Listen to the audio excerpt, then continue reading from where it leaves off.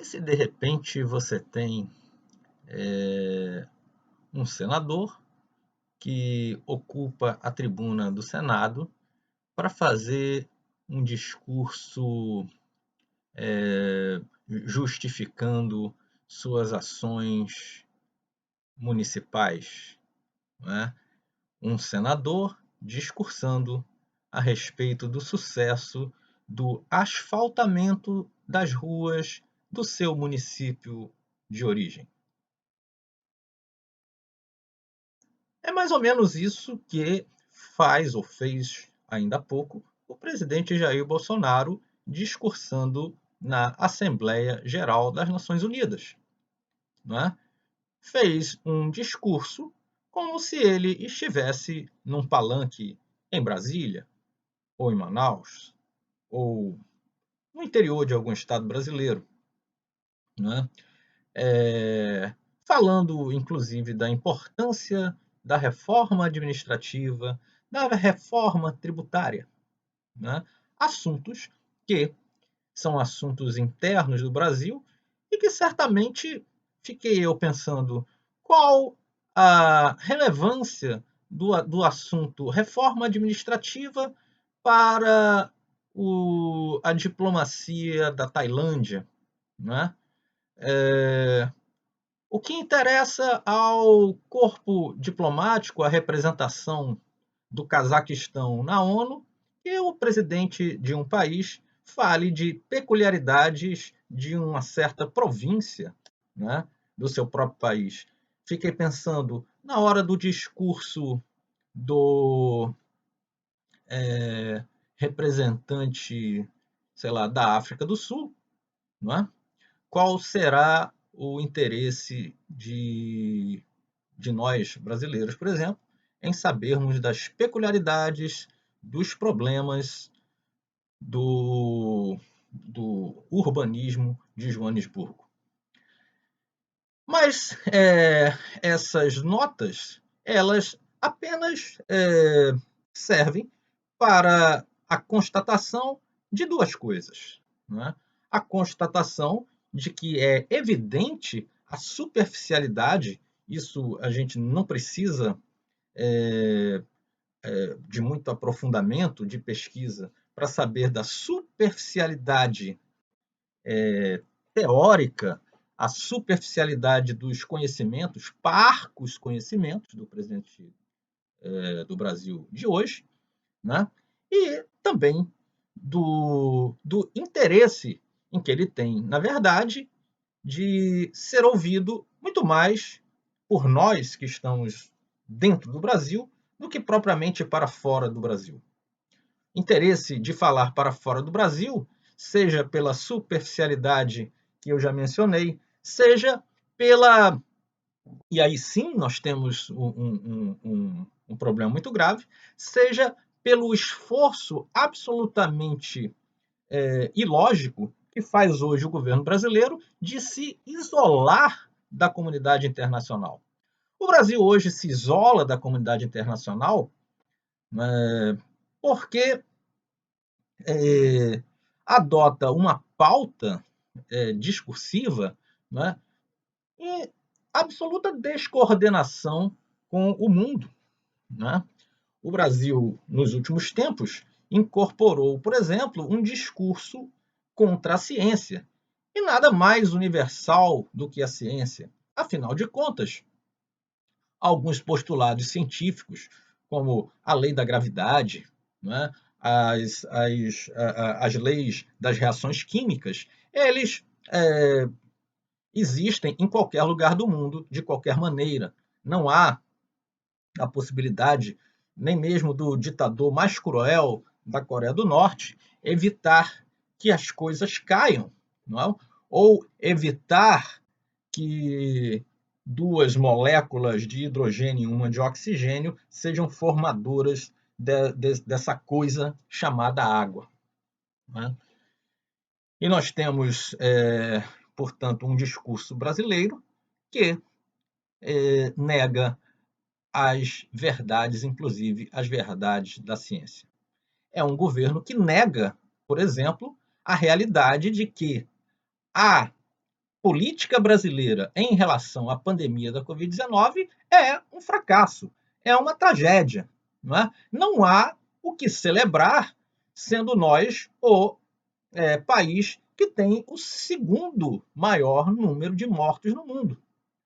Já mais de 135 mil mortes, e o governo ter a cara de pau, eu acho que é essa expressão, de dizer, ele, presidente do Brasil, que nenhum país ou nenhum governante, ele personaliza isso, inclusive, para exacerbar a sua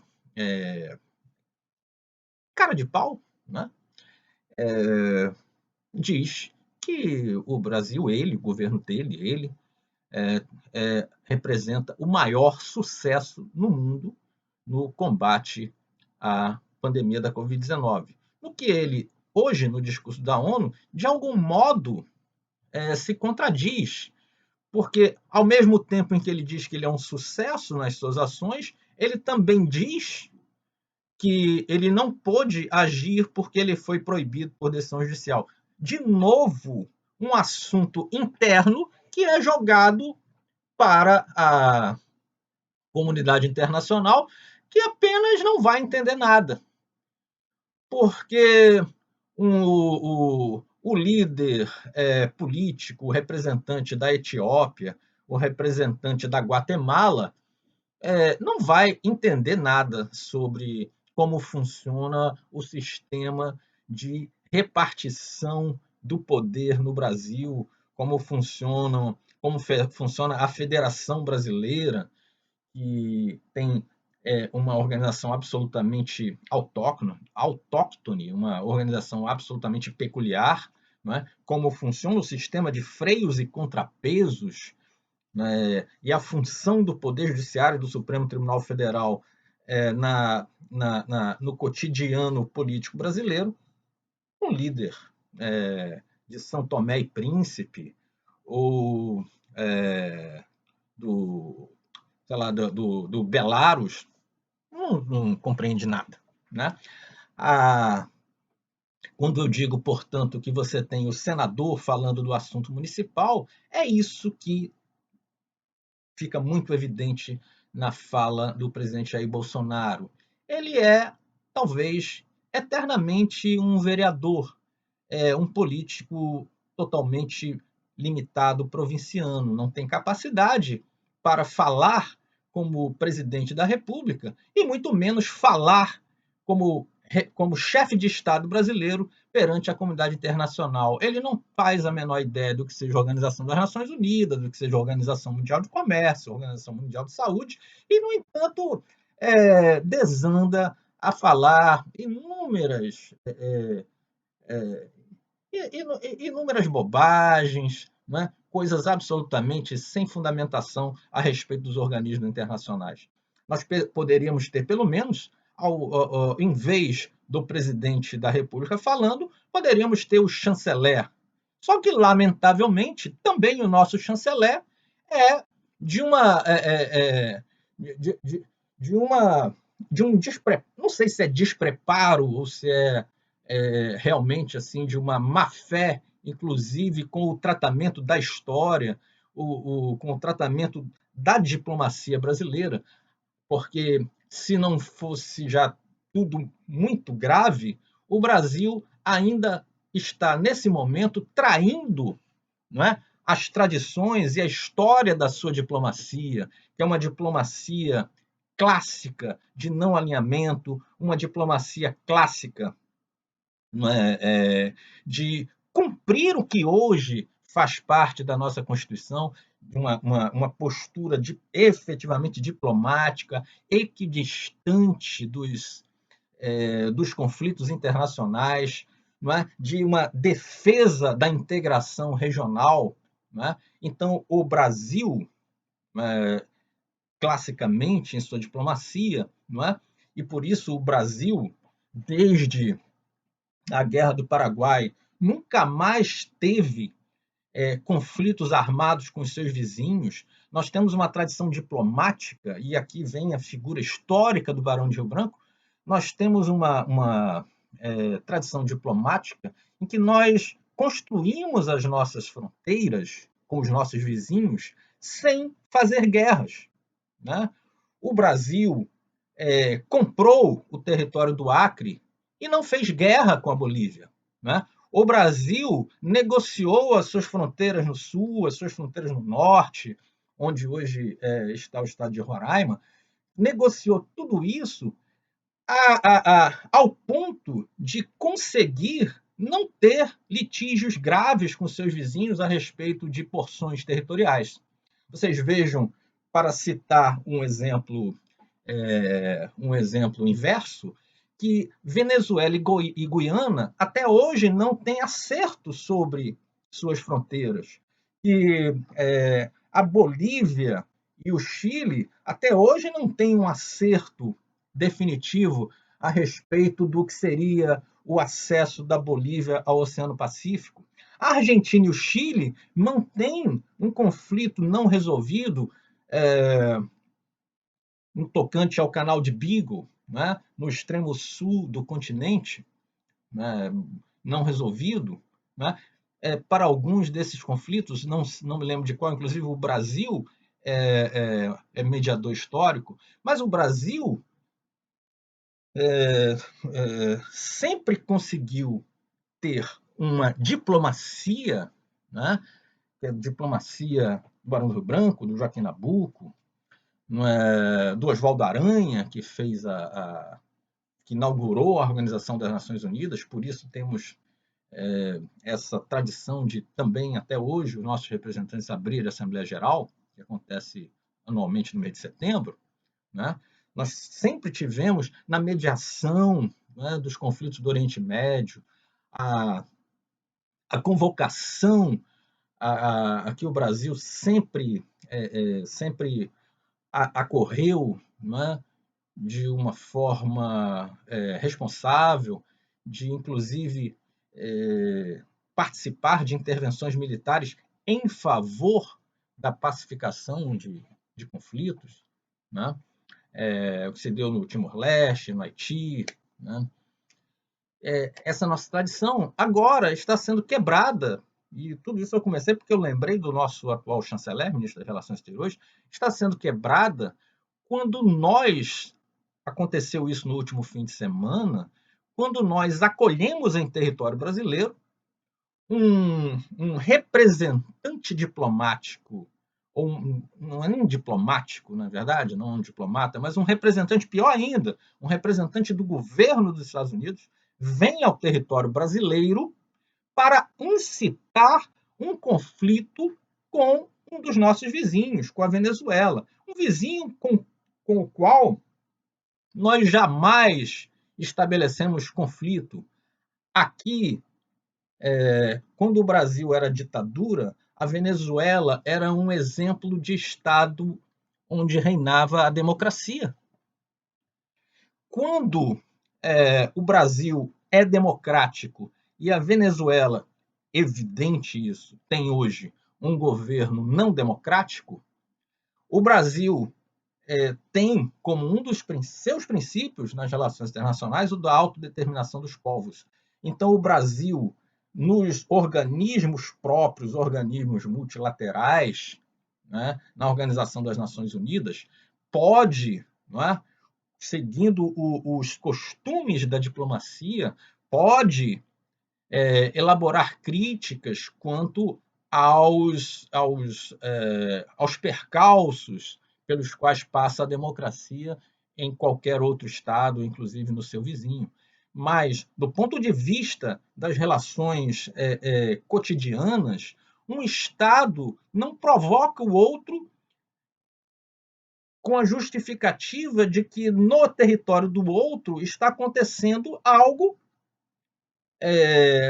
que é pertinente à auto-organização. Então, vejam, o governo de Nicolás Maduro, nós podemos e até acho que devemos ter todas as censuras no que se refere, não é, à violação, por exemplo, dos direitos humanos. Não é? Entretanto, é incabível, é inaceitável que nós aceitemos, né, que nós recebamos um representante dos Estados Unidos para esse representante dos Estados Unidos de dentro do território brasileiro fazer provocações ao Estado venezuelano.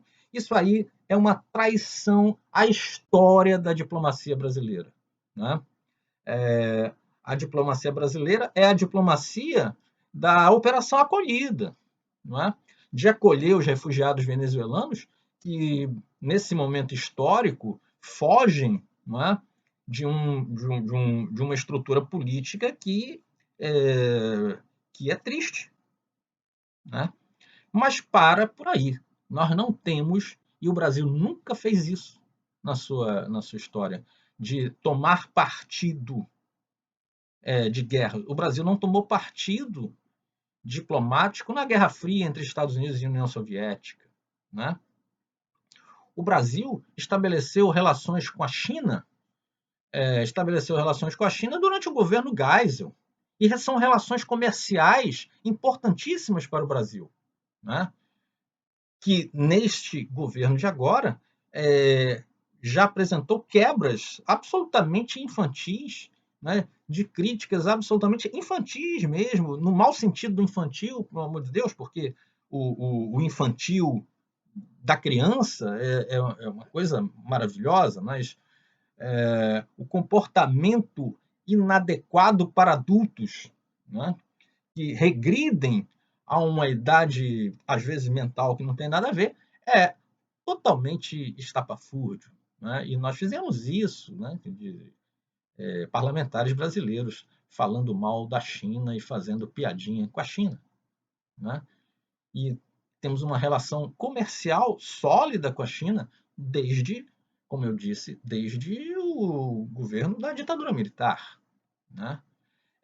O Brasil nunca, embora, como eu disse, embora mantendo uma postura idealmente crítica, mas o Brasil nunca deu as costas para os seus vizinhos, nem mesmo para Cuba.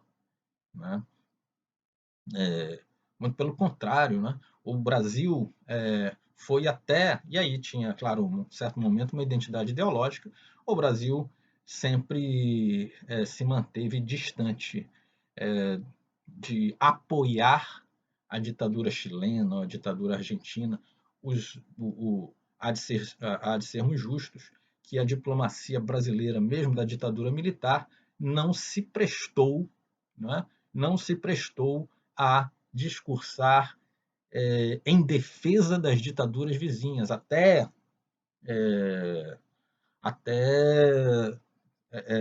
se discute se não houve nos bastidores a Operação Condor, um sistema de cooperação entre as ditaduras, mas isso nunca foi uma política, nunca foi um discurso da diplomacia brasileira. Então nós temos, lamentavelmente, esse momento em que a diplomacia brasileira trai a sua história e o presidente da República que discursa muito pequeno, discursa para um público interno, para um público interno que é seu sectário e não consegue fazer uma mensagem para o mundo. Isso é ruim por vários aspectos e também porque diminui o papel do Brasil do mundo. O Brasil tem uma capacidade de contribuir com o mundo, uma capacidade que tem a ver inclusive com o chamado soft power, né? o poder, o poder daqueles que não têm as armas, mas que têm o poder simbólico. Nós somos, e somos para o bem, deveríamos ser sempre para o bem da nossa região americana e da população mundial. Nós temos o maior território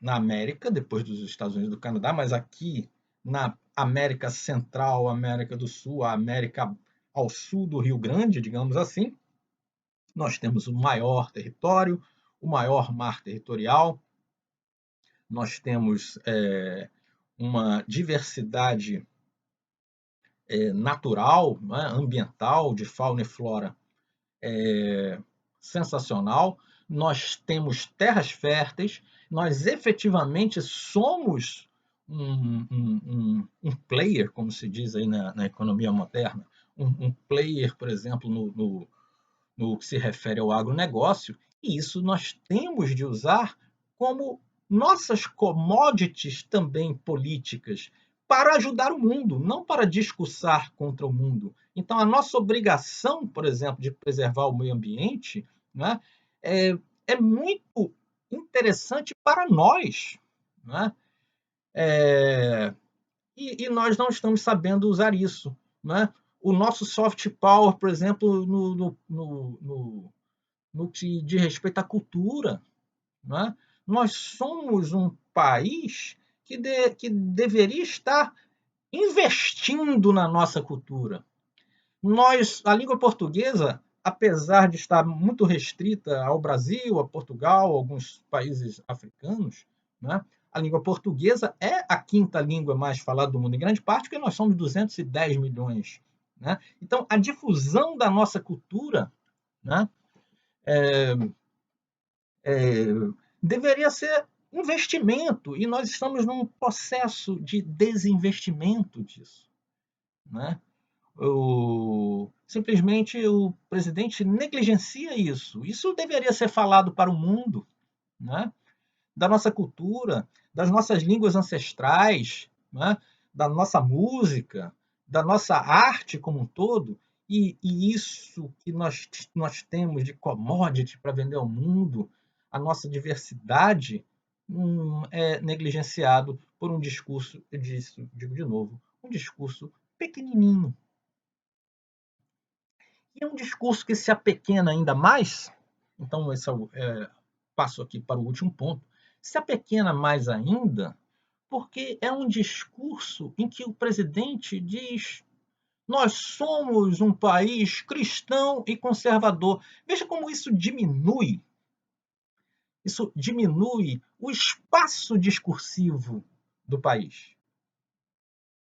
Ah, professor Jefferson, o senhor é contra Cristo e o senhor quer falar mal dos conservadores. Não é nem uma coisa nem outra. Né? Em todos os lugares do mundo há as pessoas conservadoras. Elas fazem parte do universo das sociedades. Só que o Brasil não é só conservador. O Brasil não é só o Brasil desse governo. O Brasil é. Nossa, isso é moto político, né? Assim, o Brasil é o país de todos. Já foi de algum governo isso. Mas é verdade, o Brasil é de todos, dos conservadores e dos não conservadores. Ninguém pode se apropriar desses adjetivos para dizer que o Brasil é isso ou é aquilo. O Brasil é um país plural. É constitucional, senhor presidente. O Brasil é um país plural. O Brasil é um país laico. O Brasil é um país de cristãos e de não cristãos. Ou onde estariam os judeus brasileiros? O Brasil, e lembro até do discurso de posse do ministro Luiz Fux no Supremo Tribunal, 2 semanas atrás, é o Brasil que acolheu em seu território e em seu coração nacional os pais do ministro presidente do Supremo. E são judeus brasileiros, são muçulmanos brasileiros, são shintoístas brasileiros que vieram do Japão, são seguidores de cultos afro-brasileiros que estão aí, e são ateus brasileiros, somos todos brasileiros. Então, o Brasil é muito mais do que um país cristão. E Quando o presidente expressa num discurso para o mundo um combate o quê? A cristofobia. O que quer dizer cristofobia? Quem tem medo de Jesus Cristo? Fobia de Cristo? Quem é que tem medo de Jesus Cristo? Ninguém tem medo de Jesus Cristo, ninguém tem medo de Alá. Ninguém é para ter medo dos deuses das religiões orientais, né? dos deuses africanos, indianos, sei lá. Ninguém é para ter medo. O que é isso? Cristofobia? Cristofobia é não ser cristão? 98% dos japoneses são eu não sei nem dizer isso. São cristofóbicos. 98% dos japoneses que não são cristãos, ou sei lá, a quase totalidade da população da China, ou a grande maioria da população da Índia, que é o segundo país mais populoso do mundo, que não são cristãos, são cristofóbicos. E o que há de errado nesses países? Porque a maioria das pessoas não são cristãos. Há alguma coisa errada com essas pessoas? Há alguma coisa errada com os ateus brasileiros? Seria bom que o presidente respondesse isso. Porque ele coloca esse tipo de expressão no discurso que ele faz na Assembleia Geral das Nações Unidas. Um discurso em que ele diz que os caboclos e os índios são responsáveis pelas queimadas e que também as queimadas, por exemplo, essas que acontecem no Pantanal, são decorrências da natureza, porque a temperatura está quente. Eu quero ver se ele também vai voltar outro dia para dizer que o aquecimento global é mentira, né? Já que o território está muito quente e a terra brasileira está vivendo um processo de autocombustão. Né?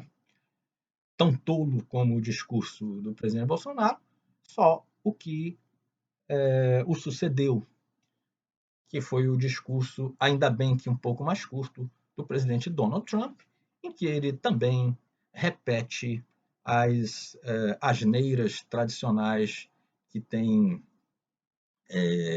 proferido ao longo dos últimos meses, inclusive responsabilizando a China pela pandemia. É possível que a China tenha cometido seus erros, mas ninguém cometeu mais erros do que o Brasil na condução da pandemia.